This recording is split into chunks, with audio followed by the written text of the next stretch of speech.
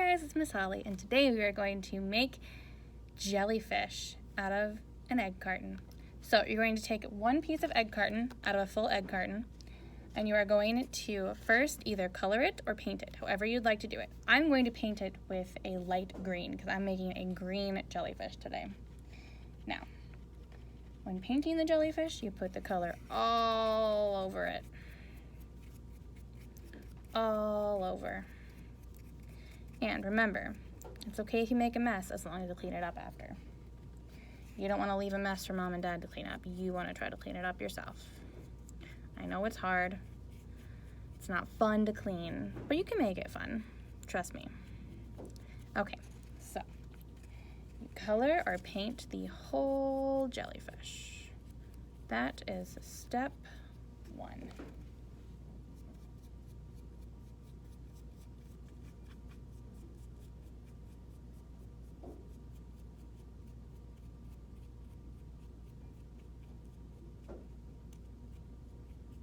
All right, painted.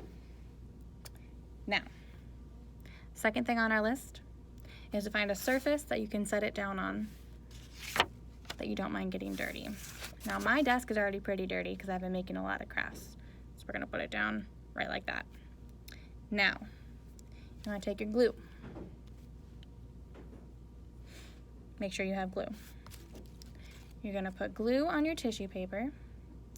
You're gonna spread it all over that, and you're gonna stick it to the inside of the egg carton as a tentacle.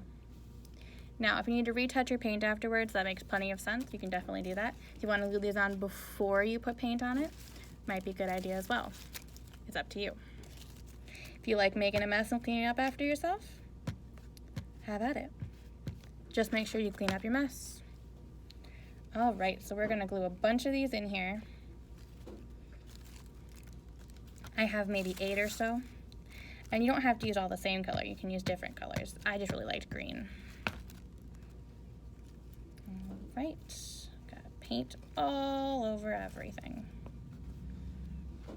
Isn't that the fun of making crafts though, guys? I think so. All right, so you gotta keep gluing in there. Hope you guys are reading good books this summer. Anything that have jellyfish in them? I hope so. I don't really know of any books that have jellyfish besides non-fiction books about jellyfish, or non-fiction books about the ocean in general.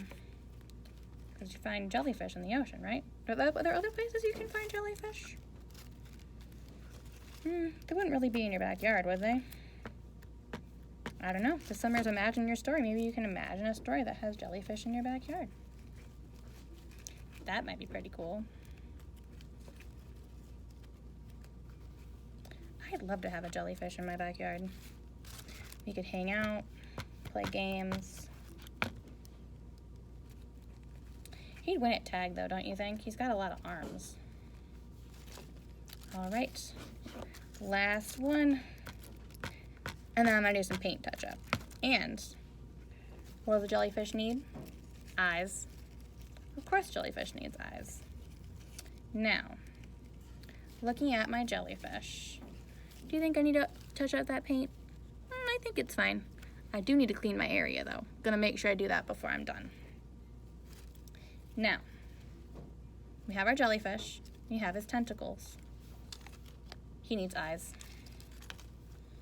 We're gonna put one eye, and hopefully it'll stick even with all the paint on it. And 2 eyes. Here is my jellyfish. His eyes make him look a little bit sad, but I don't think he's sad. I think he's just sleepy. And here we are. I haven't quite named my jellyfish yet. Do you think Gerald sounds good for a jellyfish? Is Gerald the name of a different jellyfish that I'm thinking of? Is that why I said Gerald? I don't know.